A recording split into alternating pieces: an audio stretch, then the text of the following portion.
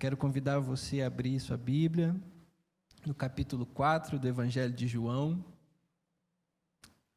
A voz está pegando no tranco. Nós vamos ler do versículo 1 até o versículo 34. À medida que você for encontrando, se você pudesse colocar de pé,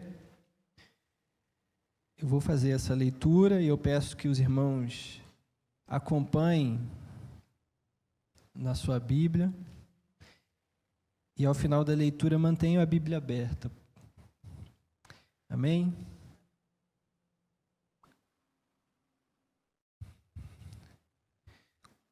Diz assim: quando Jesus soube que os fariseus tinham ouvido dizer que ele fazia e batizava mais discípulos do que João, se bem que Jesus mesmo não batizava, e sim os seus discípulos, deixou a Judéia, retirando-se outra vez para a Galiléia. E era-lhe necessário passar pela região da Samaria. Assim, Jesus chegou a uma cidade samaritana chamada Sicar, perto das terras que Jacó tinha dado a seu filho José. Ali ficava o poço de Jacó. Cansado da viagem, Jesus sentou-se junto ao poço. Era por volta do meio-dia. Nisso veio uma mulher samaritana tirar água. Jesus lhe disse: me dê um pouco de água, pois os seus discípulos tinham ido à cidade comprar alimentos. Então, a mulher samaritana perguntou a Jesus: como, sendo o Senhor um judeu, pede água a mim, que sou mulher samaritana? Ela disse isso porque os judeus não se dão com os samaritanos.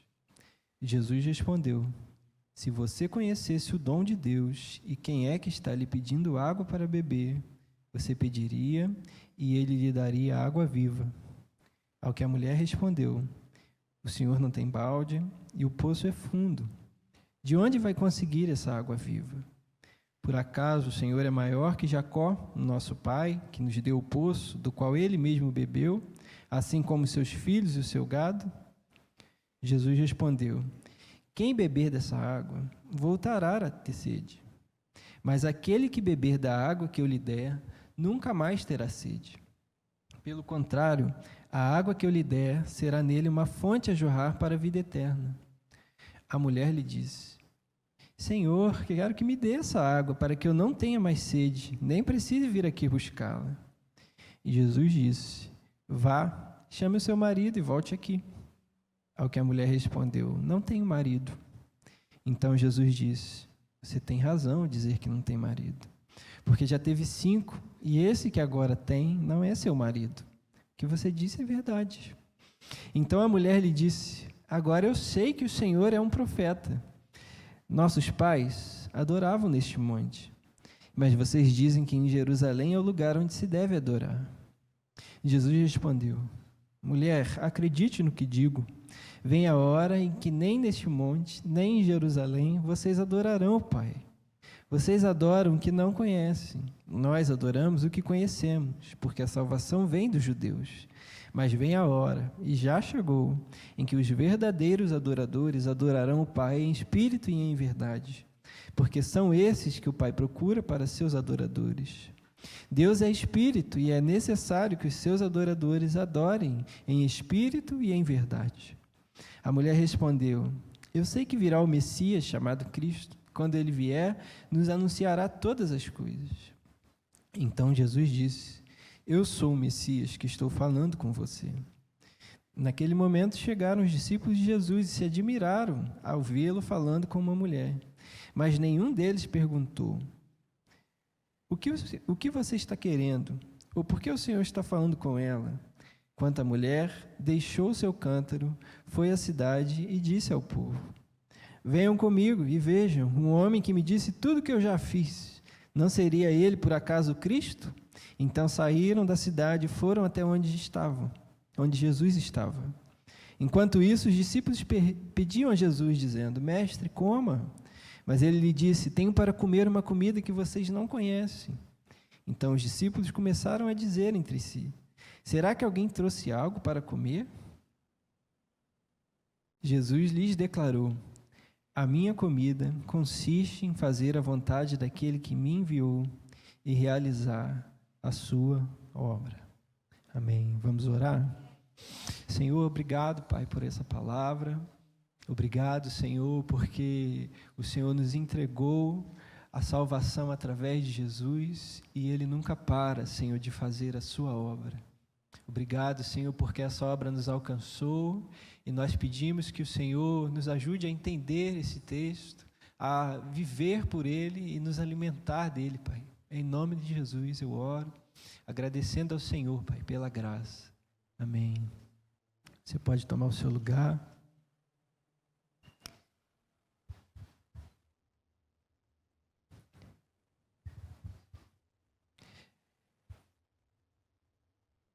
O Evangelho de João, ele joga um pouco mais de luz sobre alguns encontros pessoais de Jesus. Encontros com indivíduos específicos, né? E esse é um desses encontros conhecidos de muitos de nós. Aqui, João nos informa que Jesus, ele soube, que os fariseus ficaram sabendo da fama dele, como um batista mais próspero do que João Batista.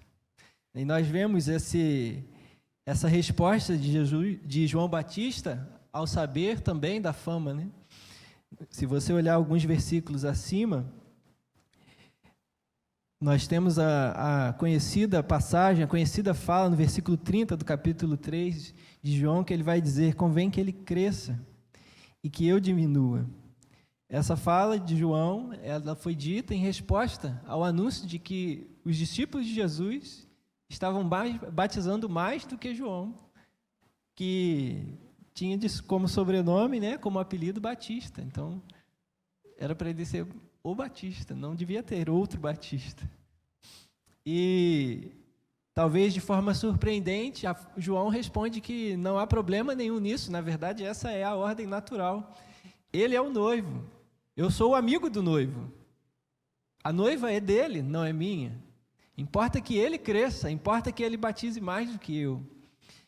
E Jesus foi ficando mais conhecido por batizar muitos discípulos, né? E João faz questão de explicar que não era Jesus mesmo que batizava, e sim os seus discípulos. É um evangelho de muitas explicações, mas os fariseus, ao saber dessa fama, ao que parece, né, começam a tramar de alguma forma contra ele. E Jesus, nesse momento, para prevenir esse embate, ele se retira da região da Judéia, onde ficava Jerusalém, e segue outra vez para a região da Galileia. E para fazer esse trajeto, ele precisava passar pela cidade de Samaria. Mas a primeira coisa que eu quero que os irmãos prestem atenção comigo é que essa palavra que João diz, né, os estudiosos aí do grego vão relatar que ela é uma expressão um pouco mais profunda do que a necessidade comum. Era necessário passar pela região da Samaria. Não é que era necessário porque era o único caminho, não é que era necessário porque os caminhos que existiam estavam fechados, mas era necessário porque Deus determinou que aquilo acontecesse. Era necessário de acordo com a provisão do Senhor. Era necessário porque Deus fez dessa forma. É isso que João quer dizer. Era necessário Jesus passar naquela cidade. Aquela cidade tinha a necessidade de que Jesus passasse por ela naquele momento. Havia um encontro ali. Havia um encontro para acontecer ali. Era necessário que Jesus passasse por ali. E aí Jesus, ele vai até aquela cidade. E quando ele chega ali, ele passa perto das terras de Jacó, onde ficava um poço que foi furado, né, foi cavado por Jacó. E Jesus, cansado da viagem, sentou-se junto ao poço, por volta do meio-dia. E a narrativa vai nos contar, eu não vou ler novamente cada versículo, que enquanto Jesus estava ali, sentado, descansando, os discípulos foram buscar comida e uma mulher aparece. Nós sabemos pelo contexto histórico que esse não é um horário comum para se retirar água, e esse não é um horário comum para se descansar ali. É meio-dia, numa região quente. Então, talvez a samaritana, né, ao se aproximar do poço, ela fique um pouco surpresa. Tem um homem ali. E à medida que ela se aproxima do poço, ela percebe que é um estrangeiro. Ela sabe que Jesus não é um samaritano. Talvez pelas roupas, pela aparência. Ela identifica, antes que Jesus se diga judeu, que ele é um judeu. Então, aparentemente, Jesus está apenas de passagem. O seu destino declarado é a Galileia. Mas Jesus tinha algo a fazer ali. Nós não devemos pensar, irmãos, que Jesus ele faz pausas. Quando Jesus está descansando, cansado da viagem, o seu ministério não parou. Ele não está, de fato, num intervalo ministerial para a próxima parada, para a próxima jornada, para a próxima cruzada. Ele continua exercendo o seu ministério. E nós, como discípulos dele, podemos aprender aqui. Quando você estiver cansado, não caia na tentação de parar a sua missão. Quando eu estiver cansado, que eu não caia na tentação de parar a minha missão. Mesmo que eu pare para descansar.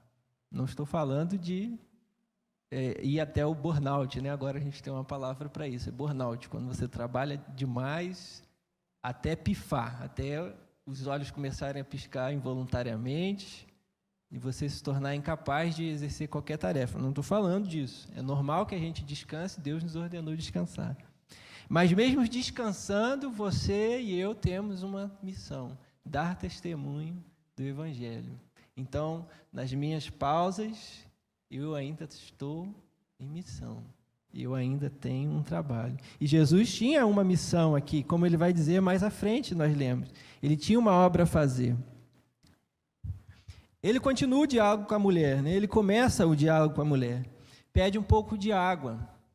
E o pedido surpreende essa mulher que permanece sem um nome, né? E é chamada de samaritana, identificando o lugar da onde ela vinha, a sua etnia, a sua origem. Ela não se chama samaritana, talvez alguns, né, confundam, assim como a sulamita, né, não é o nome, é o lugar de onde vem. Então a samaritana, ela fica surpresa com aquele pedido, e a razão da surpresa é que o povo samaritano, os samaritanos, eles são um povo que surgiu quando o povo de Israel foi dominado pelo Império Assírio, e o Império Assírio promoveu uma mistura da sua cultura, uma destruição, né, daquilo que eram seus costumes, e uma mistura também da sua etnia com outros povos. Os israelitas tinham como preceito, dado pelo Senhor, não se misturar com outros povos. Mas o Império Assírio adotava como política esse aculturamento proposital, misturando um povo de um território com um povo do outro território, colocando um povo que era de um lugar para viver em outro lugar e trazendo o povo daquele lugar para o lugar do povo original.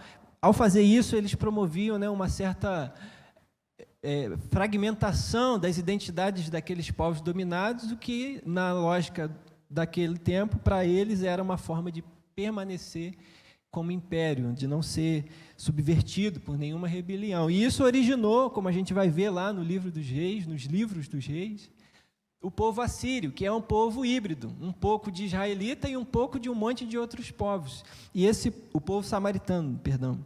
E esse povo samaritano, eles praticavam uma religião que era também um híbrido do judaísmo tradicional com outros costumes. Então, a mulher samaritana conhece os profetas, ouviu falar a respeito do Deus de Israel, adora ao Deus de Israel, mas de formas que os judeus não aceitavam. E ao longo dos séculos, o surgimento desse povo não foi reconhecido pelos judeus, que correspondem à tribo de Judá e Benjamim, como israelitas de fato. E, portanto, se tornou um povo à parte. Apesar de eles não se enxergarem, né, como totalmente à parte, os judeus se enxergam esse povo como totalmente à parte da linhagem de Deus, da linhagem de Israel. E você percebe um conflito aqui, né? Uns se enxergam como povo de Deus. O povo de Deus não enxerga esse povo como povo de Deus. Ou seja, não tem como se juntarem. E ao longo do tempo foram surgindo diversas rivalidades, e nós vemos nos evangelhos algumas passagens onde esse povo ele é tratado com desdém, ele é considerado como cão, como cães, são como cães para os judeus, são desprezados, eles são rivais, eles não se entendem, eles não conversam, e se eles se verem, né, são como torcidas rivais, talvez dê problema. Então, ficava cada um no seu quadrado, cada um na sua região, cada um no seu lugar, e quando eles se encontravam, era costume não se falarem. Então, Jesus, ao quebrar o silêncio e pedir água à mulher samaritana, causa uma surpresa. Como o Senhor, sendo judeu, pede água a mim, que sou mulher e sou samaritana? E a razão da surpresa é essa que eu disse para vocês. Os judeus e os samaritanos, eles não se dão, né? E João, ele explica, ela disse isso porque os judeus não se dão com os samaritanos. Mas a resposta de Jesus não é uma explicação, não, eu sei que eu sou judeu, mas eu estou com sede, estou cansado e estou viajando. Não. Quem controla esse diálogo, quem decide o rumo desse diálogo é o Senhor. E ele diz, se você soubesse quem eu sou, se você conhecesse o dom de Deus e quem está lhe pedindo água para beber, você pediria e lhe daria água viva. A mulher, ela retruca. O Senhor não tem balde. Ela não está entendendo. O Senhor não tem balde, o poço é fundo. De onde vai conseguir essa água viva? E a água viva aqui pode ser uma fonte, uma nascente. Por acaso o Senhor é maior do que Jacó? Você percebe na fala dela, surgindo a rixa, né? O nosso pai, Jacó. Nós somos filhos de Jacó. Jacó é quem Deus chamou e mudou o nome para Israel. Nós somos filhos de Jacó. Ela está requerendo a sua identidade nacional como israelita, como filha de Israel. Ele nos deu o poço do qual ele mesmo bebeu, assim como os seus filhos e o seu gado. Mas Jesus respondeu, quem beber dessa água voltará a ter sede, mas aquele que beber da água que eu lhe der nunca mais terá sede. Pelo contrário, a água que eu lhe der será nele uma fonte a jorrar para a vida eterna. Antes, irmão, de ter as defesas quebradas, é comum que o homem natural ele ofereça resistências à entrada da luz da sua vida. Nós vemos também no Evangelho de João, no capítulo anterior, Jesus dizer que a condenação é esta: a luz veio ao mundo, mas os homens amaram mais as trevas do que a luz. Existe uma resistência. Jesus ainda não se pronunciou de fato. Jesus não anunciou quem ele é de fato. Mas o fato dele ser judeu está gerando um atrito. O diálogo está truncado. Ele está falando de água, que vai dar uma água, mas ela está ofendida. Como você pode me dar uma água se Jacó teve que cavar um poço? Você por acaso é maior que ele? Nem balde você tem. O que será que, talvez passasse na cabeça dela, o que será que esse judeu quer comigo meio-dia, sem balde, me pedindo água e ainda tirando onda comigo? Porque eu tenho balde e eu vim tirar água. Ele está aí, não tem balde, está me pedindo água e agora quer me dar água. Então, talvez, né, não podemos dizer que ela pensou assim, mas é uma possibilidade. A mulher, ela... Ao perceber, né, que Jesus falava sério sobre uma água especial, uma água que poderia saciar sede continuamente, que jorraria para a vida eterna, ela considera a possibilidade: Senhor, eu quero que me dê então dessa água, para que eu não tenha mais sede e nem precise vir aqui buscá-la. E a partir daqui, Jesus ele muda o rumo do diálogo, né, com um convite. Então, vá, chame o seu marido e volte aqui. O convite pode ser aparentemente inocente. Já que você aceita a minha água, então vai lá, chame o seu marido, que eu vou dar a água para você e para o seu marido. Ele ainda não é suficiente para que a mulher reconheça que ela está diante do dom de Deus. E aí, diante do convite, a mulher responde: eu não tenho marido. E Jesus reconhece a sinceridade dela. Você tem razão em dizer que não tem marido. Mas ele vai além e diz algo que ela não tinha revelado. Aqui, ela talvez tenha estremecido. Ele não é um judeu comum. Ele não é um judeu comum. E ela responde assim: agora eu sei que o Senhor é um profeta.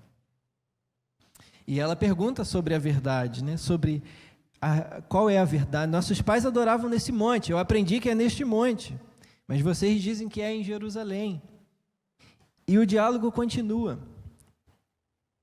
O coração humano, irmãos, ele tem a tendência de querer usar as ofertas que o Evangelho traz como uma fonte de vantagem, como talvez uma chance de obter lucro.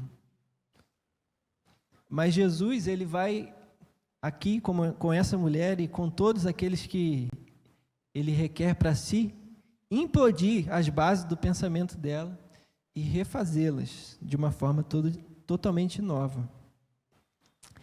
Então Jesus, logo após o longo diálogo que ele tem com ela, tendo superado as resistências, irá lhe fazer revelações que ele fez para poucas pessoas em toda a terra de Israel. Então, ao reconhecer e perguntar, Jesus ele responde: mulher, acredite no que eu digo. E apesar de ela estar falando sobre lugares, Jesus vai dizer: vai chegar um momento onde não é o lugar que vai importar.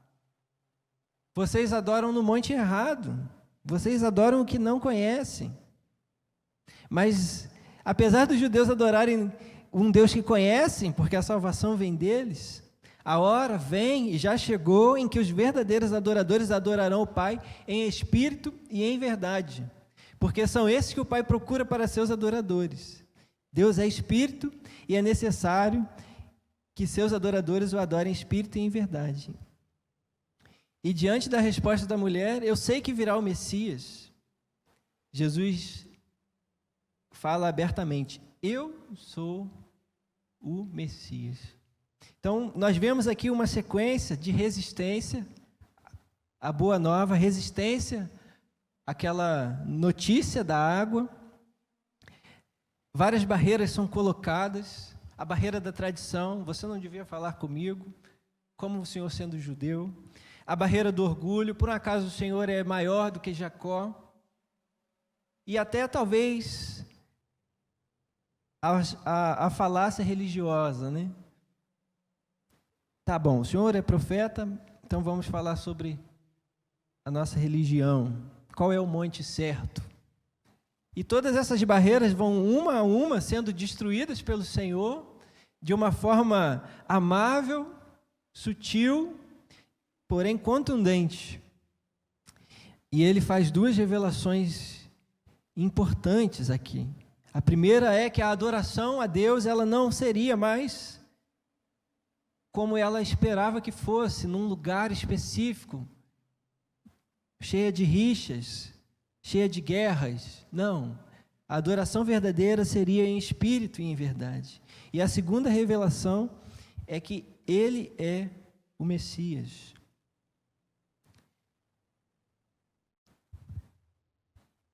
Portanto, irmãos, a primeira coisa que eu entendo que nós devemos responder a essa passagem é que o Evangelho, ele deve nos fazer olhar além dos rótulos sociais. Jesus tinha a necessidade, era necessário passar naquele lugar. E quem poderia dizer o que sairia desse encontro? Quem poderia dizer até onde os efeitos desse encontro iriam? Mas Jesus não olhou para aquela mulher como um judeu comum olhava. Jesus olhou para aquela mulher como alvo da sua salvação. Muitas vezes nós resistimos a anunciar o evangelho a algumas pessoas. Muitas vezes o nosso olhar é treinado pelos rótulos sociais. Se alguém está bem demais, é próspero, fala bonito. Nós temos a tendência a imaginar, talvez, que aquela pessoa não precise tanto do evangelho. Como eu vou anunciar o evangelho para ele se ele não precisa de nada? Qual brecha eu vou entrar se ele não tem necessidade financeira, o casamento está bem, ele tem hobbies legais, tem um barco, enfim. Também podemos olhar, talvez, para alguém que está com a vida muito ruim, muito bagunçada, e pensar, como eu vou entrar e falar sobre assuntos espirituais se a pessoa tem tantos problemas? Ela não precisa disso agora. Ela precisa das suas necessidades atendidas. Então, a primeira coisa que nós devemos aprender aqui com Cristo é que nós devemos olhar para os homens e para as mulheres não de acordo com os rótulos sociais. Sejam ricos, sejam pobres, sejam de tribos diferentes, de grupos que nós não gostamos. Talvez nós tenhamos dificuldade com algum grupo específico. Geralmente, os mais tradicionais têm dificuldade com os mais liberais. E os mais liberais também têm dificuldades com os mais tradicionais. Existem muitos rótulos que dividem a sociedade, mas o Evangelho ele deve moldar o nosso coração, o nosso olhar, para que nós tenhamos a mente e o coração de Cristo, que não olhou para a mulher e não olhava para ninguém de acordo com esses rótulos. Antes ele olhava de acordo com o que o Pai procura, adoradores em espírito e em verdade. Em segundo lugar, a oferta do Evangelho, ela supera os estímulos e apetites naturais, mas ela não os ignora. A mulher está num poço, num horário não habitual. Essa mulher tem alguma coisa, ela tem necessidades. E Jesus olha para as necessidades dela. Jesus não se apresenta para ela dizendo, ó, mulher samaritana, aqui está diante de ti o Messias, creia e será salvo tu e tua casa. Não é essa a abordagem que Jesus adota aqui. Jesus está num poço falando com uma mulher que veio tirar água sobre água. Nós precisamos ter a sensibilidade do Espírito Santo para não ignorar as necessidades naturais daqueles que nos ouvem.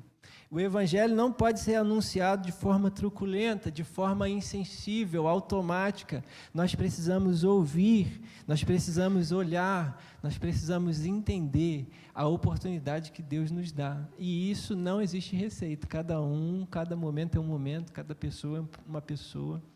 Mas todo mundo tem uma necessidade. E essa necessidade não deve ser ignorada por nós. Antes, ela deve ser utilizada como porta de entrada, para que possamos, a partir dali, levar a pessoa a perceber que aquela necessidade, na verdade, ela esconde uma necessidade maior. A mulher queria água, e Jesus sabia que ela tinha mais sede do que apenas de água. Ela vivia com um homem que não era seu marido, já tinha perdido 5, não sabemos se foi abandonada ou se morreram. A sua vida estava bagunçada, mas ele entrou nela. Não de uma forma direta, ó, mulher samaritana, você é adúltera, mas ele começa a conversa e vai progredindo, e vai progredindo. A oferta do Evangelho, ela supera, irmãos, esses estímulos, esses apetites, esses desejos. Jesus, ele está oferecendo a todos os homens, todas as mulheres, reconciliação com o Criador e vida eterna nele. Essa é a oferta do Evangelho, a principal, a mais importante, a central, a que governa todas as outras. Mas é normal que nós venhamos até o Senhor para consertar as coisas da nossa vida que estão quebradas. Quase todos nós viemos por isso, para consertar alguma coisa. Talvez quase todos sejam exagero, mas eu posso afirmar que muitos de nós vieram por isso. Vieram consertar o casamento, vieram consertar a vida financeira, vieram atormentados por um vício, por alguma ruína, ou vieram por causa de um vazio mental, um vazio espiritual, uma ausência de propósito. Todo mundo vem ao Senhor querendo consertar alguma coisa, mas o Senhor, na sua misericórdia, não deixará os seus filhos nesse ponto. Jesus não veio dar água para aquela mulher. Jesus veio dar a ela a revelação de quem Deus era. E nós, no anúncio do Evangelho, também precisamos seguir esse exemplo. Sermos sábios, sensíveis, amáveis com as necessidades, mas não confundirmos e não permitir que aqueles que nos conhecem confundam a nossa fé. Precisamos esclarecer. A minha fé vai além do casamento feliz. Minha fé vai além da saúde, da prosperidade financeira. Por mais que eu queira e cultive essas coisas, a minha fé está baseada na reconciliação que Jesus conquistou para mim com Deus. Os meus pecados foram perdoados, a ira que estava sobre mim foi dissipada, e é por isso que eu continuo aos pés dele, na expectativa de que ele me dará a vida eterna. Essa é a confusão que não pode ser feita. Não podemos parar nas necessidades naturais. E também não podemos apresentar menos. Existe essa tentação de saciar a sede terrena das pessoas e, por medo, talvez, de opor-se ao sistema de crenças que a pessoa tem, nós pararmos ali. Mas, em terceiro lugar, Jesus não para de trabalhar. Então, a primeira aplicação é que o Evangelho deve nos fazer olhar além dos rótulos.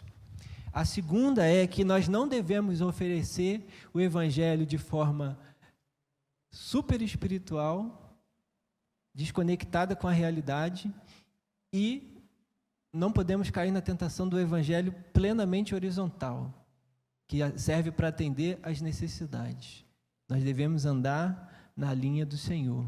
O Evangelho, ele atende às suas necessidades. A presença de Deus talvez mude muitas circunstâncias da sua vida. Mas a principal coisa que o Evangelho deve mudar é o seu coração. A fonte da água a jorrar não é a água para beber, é a água dentro de você. É o Espírito de Deus dentro do ouvinte, é o Espírito de Deus dentro de mim. É isso que o Evangelho promete. Mas se você estiver com sede e eu for alguém que está lhe anunciando o Evangelho, eu não posso falar, agora que você ouviu o Evangelho, vá com Deus e morra de sede. Eu preciso te dar água. Eu preciso ouvir o seu problema. Eu preciso ouvir o problema do meu amigo no trabalho, ouvir o problema do meu amigo em casa, do meu familiar. Se ele tem um problema no casamento, eu não posso ignorar e falar, não, mas agora vamos falar sobre a salvação, Deus foi crucificado. Eu preciso conectar. Jesus conectou a sua mensagem com a necessidade daquela mulher. Um olhar além dos rótulos é a primeira coisa. Um olhar sensível, porém fiel, é a segunda coisa. E a terceira coisa é confiança. Jesus não para de trabalhar. Jesus não para de trabalhar. Portanto, nós temos duas tarefas. A primeira é confiar. E essa é uma mensagem para mim. Não tenha medo de falar, de ir e de crer que Ele irá agir para salvar qualquer pessoa que seja. Qualquer pessoa que seja. Nós não sabemos. Nós não sabemos o que um encontro inesperado com Jesus pode gerar. E Ele nos chamou para sermos embaixadores de um ministério, irmãos. Quem sabe qual é o ministério de todo cristão? e de fazer discípulos. Mas como tem um nome, Paulo dá um nome para esse ministério, um nome que é muito especial, é o ministério da reconciliação. Ministério da reconciliação. Você tem um ministério, chama Ministério da Reconciliação. Se você conhecer lugar que faz camisa, pode botar lá. Ministério da Reconciliação. Equipe embaixo, assim, que você está no Ministério da Reconciliação. Reconciliação de Deus com os homens. Nós fomos chamados a anunciar a reconciliação através de Jesus Cristo. E nós não podemos ter medo de fazer isso. Portanto, o conhecimento, o exemplo de Jesus deve despertar no nosso coração, no meu e no seu, ousadia, confiança, para abrir os nossos lábios, para nos colocarmos em situações de passar por Samarias, de passar por povos, por pessoas que nós não procuraríamos normalmente, nós não iniciaríamos um diálogo naturalmente, é desconfortável. Eu não sei se tem alguém aqui do Randandã, vocês nem sabem o que é isso? O pessoal da moto. Vocês têm alguém parente, tem alguém que gosta de dar grau em moto aí? Eu imagino que não, domingo de manhã na igreja nós não esperamos isso, infelizmente, mas talvez você tenha um conhecido, ou você seja alguém que secretamente, né, quando você não está na igreja, você gosta de dar grau na moto, ou tem um filho que gosta de dar grau na moto. É um povo diferente, não é verdade? Nós geralmente não gostamos, a maioria das pessoas não gosta de quem dá grau em moto. Se tiver alguém dando grau na moto e você tiver oportunidade, não estou falando para ficar procurando, né? Eu vou lá caçar alguém do Randandã. Não, mas se você tem oportunidade, o normal é nós sentirmos resistência de falar, porque me faz raiva. Quando liga aquele negócio, e passa de noite, né, para todo mundo saber que está passando, ou então passa de grupo, um monte de gente dando grau na moto ao mesmo tempo. É uma tribo diferente. Ou então o pessoal do funk, tem alguém aqui que é do funk? Estou tentando ser o mais inclusivo possível. Se você não quiser falar, tudo bem, mas tem o funk gospel, tem o passinho do abençoado. Tem também, não precisa ser aquelas letras ruins. Tem os funks, né, que tentam trazer alguma mensagem. Mas geralmente são letras promíscuas e tudo, e as pessoas se vestem de um jeito específico, andam de um jeito específico, que nos gera uma certa resistência. Conversar, sentar perto. Só tem lugar, tem que escolher, ou senta perto do Randandã, ou senta perto do Tchunchá. Lá em Minas eles falam que é o pessoal do Tchunchá, por causa da batida, né? Aí você tem que escolher, fica meio assim, né? Procurando alguma senhorinha, um crente para sentar perto, porque é o comportamento normal. Mas nós precisamos ter sensibilidade, irmãos, e confiança. Quem sabe o que pode sair do encontro de Cristo com o Randandã? Quem sabe o que pode sair do encontro de Cristo com o Tchunchá? Quem sabe o que pode sair do encontro de Cristo comigo? Quem sabe o que pode sair do encontro de Cristo contigo? Quem sabe o que pode sair desses encontros? Só o Senhor conhece o coração. Só o Senhor sabe o que vai acontecer. Então, não negligenciamos as tribos que nos são incômodas, os grupos que nos são rivais, às vezes, né? Não negligenciemos as oportunidades que Deus nos der. Não caiamos na tentação de ficar no nosso lugar confortável. Talvez não seja uma tribo, talvez seja uma pessoa.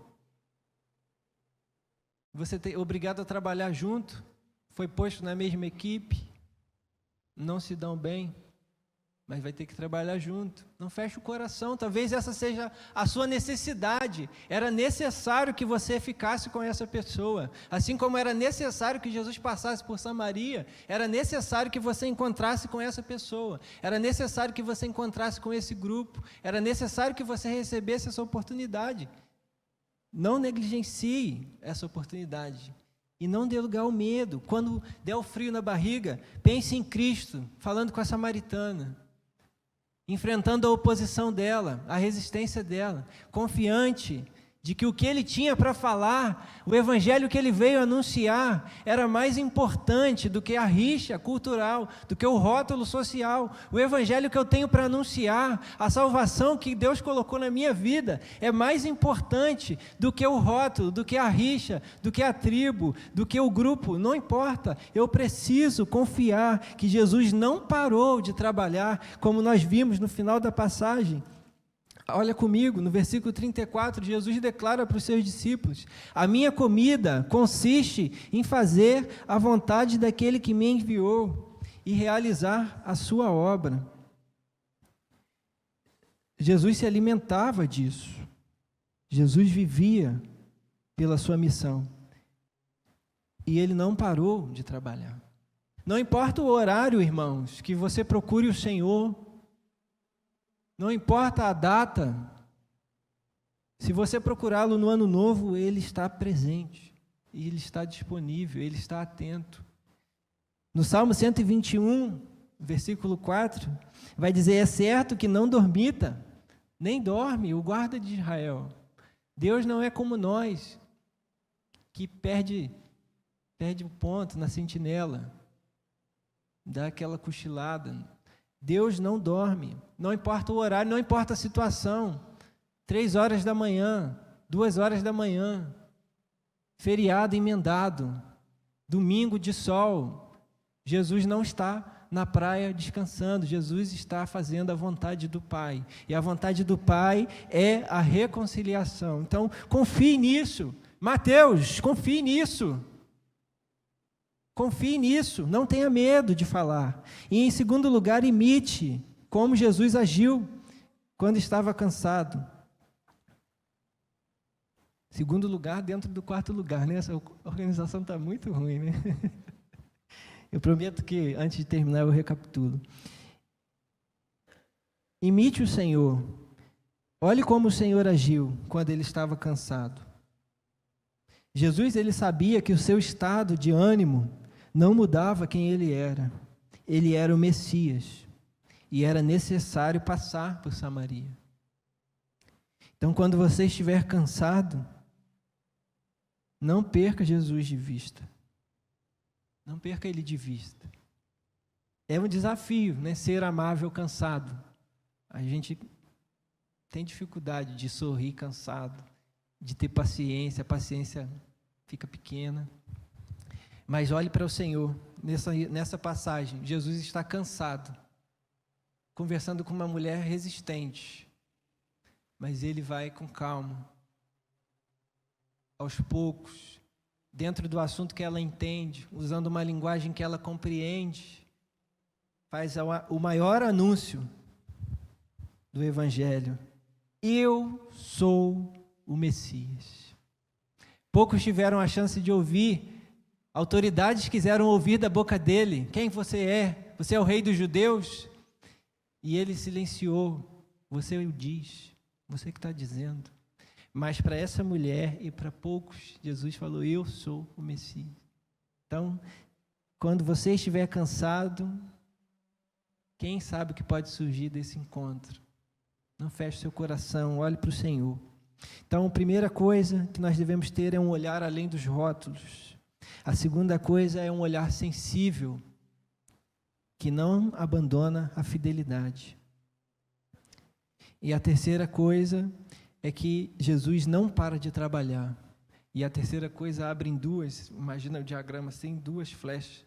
A primeira flecha é que, portanto, nós podemos confiar nele.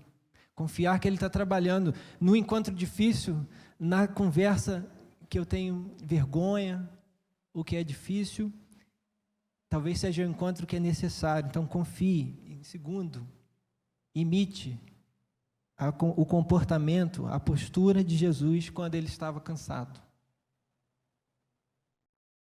Um olhar além dos rótulos, um olhar fiel e sensível, confiança e imitação do Senhor.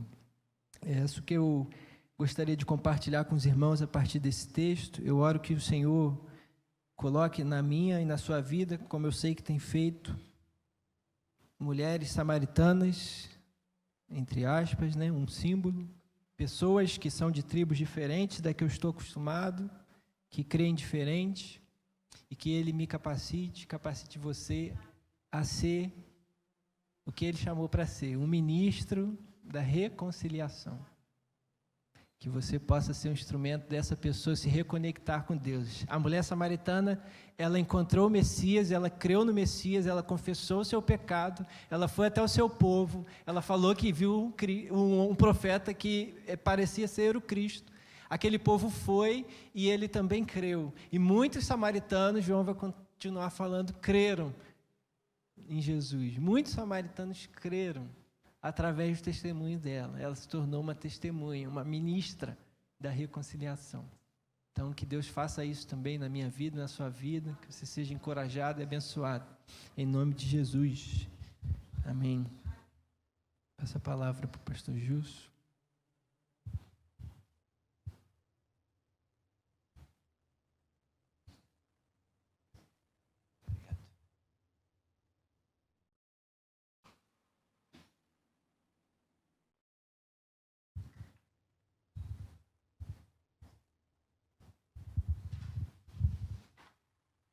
Glória a Deus.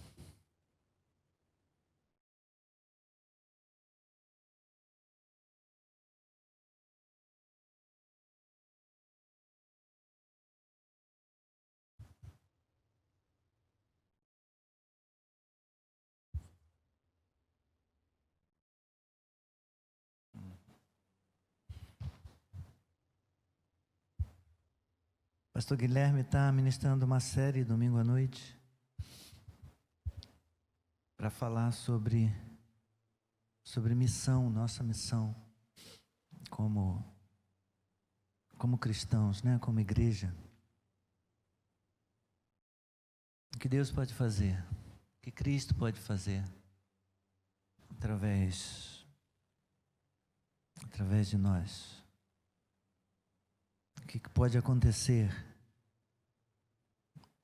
quando nós imitamos Ele, quando nós confiamos que Ele pode nos usar. Enquanto Mateus estava ministrando, me veio ao coração que o avivamento de Samaria que vai acontecer lá no capítulo 8, com a pregação de Filipe, pode ter nascido aqui, nesse texto. Testemunho da mulher samaritana naquela cidade, trazendo pessoas para virem ver o Messias, e muita gente se converte. Quando Filipe volta naquela cidade para pregar o Evangelho, muito provavelmente eles lembraram o que tinha acontecido com o Cristo, e paralíticos foram curados. Muitos milagres aconteceram através de Filipe, porque aquela cidade já tinha provado da água, né? E a água, João vai dizer que a água tem a ver com o Espírito que Deus derramaria. Então, que Deus nos use, que Deus nos ajude a sermos sensíveis, a aproveitar as oportunidades, a olhar além do rótulo e confiar que Ele pode nos usar, sempre aproveitando todas as oportunidades. Obrigado, Senhor. Obrigado por essa palavra. Primeiro, Senhor, confessamos que nós também temos necessidade, que nós também temos sede. E temos vivido dias tão quentes, de um calor tão intenso. Nossas almas definham. Precisamos, Senhor, precisamos de Ti. Precisamos de um derramamento da água da vida, da água viva, que jorra, Senhor, para a eternidade. Precisamos que o Senhor envie sobre nós o Espírito Santo e venha nos dessedentar, e venha nos saciar, ó Senhor, e venha nos refrigerar a alma, trazendo frescor, trazendo renovo. Ó Deus, orvalho de vida abundante,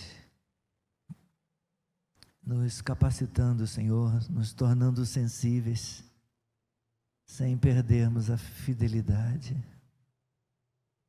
Ajuda-nos. Obrigado, Senhor, pela Tua palavra nesta manhã. Obrigado. Eis-nos aqui, Senhor, eis-nos aqui.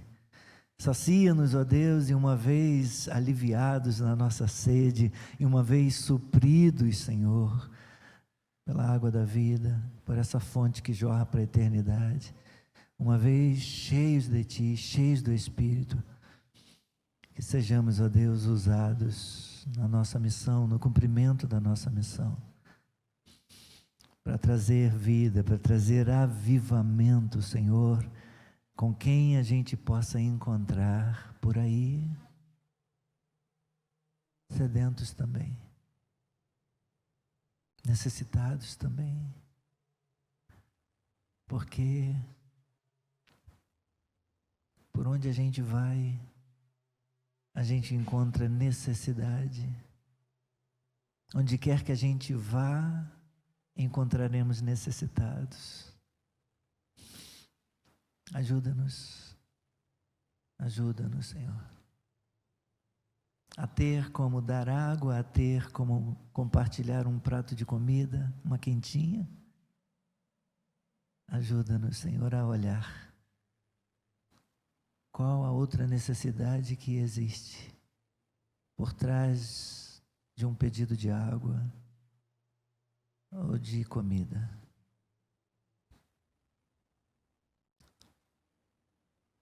Em nome de Jesus. Amém. Vamos ficar de pé.